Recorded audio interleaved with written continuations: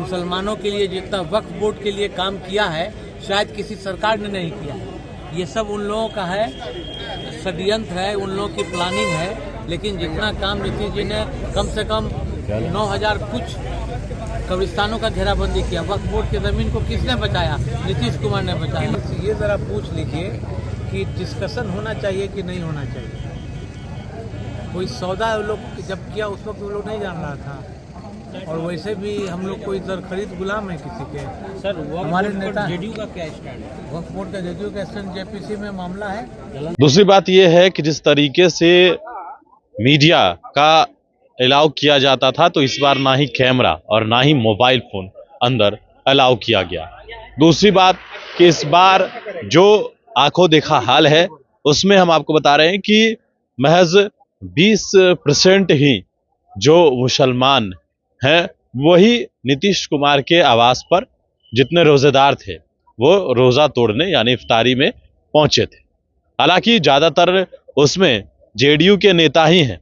अब जेडीयू के नेता तिलमिला इतने गए हैं कि इमारतें सरिया के बारे में उन्होंने कहा है कि उसकी धज्जियां उड़ा देंगे, और इमारतें सरिया ने जो फरमान जारी किया है उसको लेकर जेडीयू के नेता सलीम हैं, उन्होंने जो कुछ कहा है वो सुनाएंगे।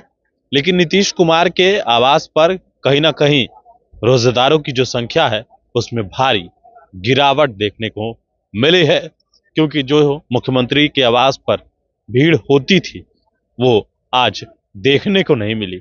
और शायद ही पहले ऐसा कभी हुआ हो कि मीडिया के कैमरे और फोन को रोका गया हो, लेकिन इस बार ऐसा भी हुआ है।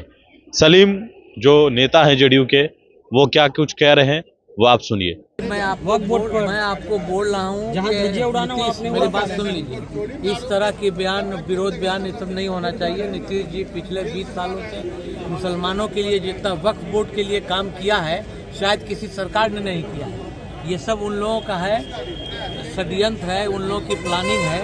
लेकिन जितना काम नीतीश जी ने कम से कम 9,000 कुछ कब्रिस्तानों का घेराबंदी किया, वक्फ बोर्ड की जमीन को किसने बचाया? नीतीश कुमार ने बचाया।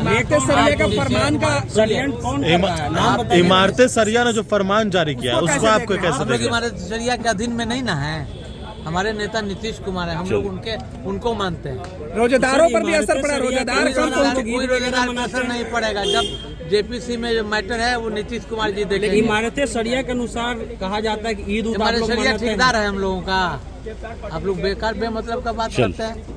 आप हमारे सरिया के बारे में जानते नहीं है कि कैसे लोग सौदा करता है एमएलसी और एमपी का। हम जानते नहीं है किसी को, सबको जानते हैं। चलिए सर, दिन डिबेट पे बुला लीजिए, हम धज्जी उड़ा देंगे। इमारतें सरिया का और क्या धज्जी उड़ा दी और क्या की दावत आज दी थी और पिछले कई वर्षों से चल रहा है। तो वो उन लोगों का अपना सियासी जो मौजूद है वो जाने। लेकिन उन लोगों से ये ज़रा पूछ लीजिए कि डिस्कशन होना चाहिए कि नहीं होना चाहिए।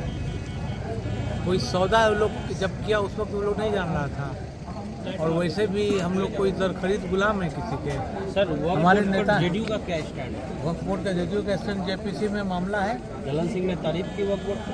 ललन सिंह ने आपके तारीफ की। केंद्रीय मंत्री, आपके नुमाइंदे वहाँ भाई ललन सिंह ने किया जो अपने हिसाब से किया। हम लोग जो नेता अपने नीतीश कुमार को मानते हैं और नीतीश कुमार जी का स्टैंड क्लियर है। कोई बात हुई आपकी वक्फ बोर्ड पर नीतीश कुमार जी से? बातचीत तो कितना राउंड में लोगों ने बातचीत की, लेकिन जो भी आपत्ति थी उसको सरकार ने नकार दिया। सरकार ने नकारा। तो अभी जेपीसी में हुआ है ना मैटर। जेपीसी में जो आपत्ति दी गई थी सरकार ने उसको मानने से इनकार कर दिया। अच्छा, उन्होंने साफ कहा कि विचार करेंगे, सब लोग करेगा। लेकिन ये बात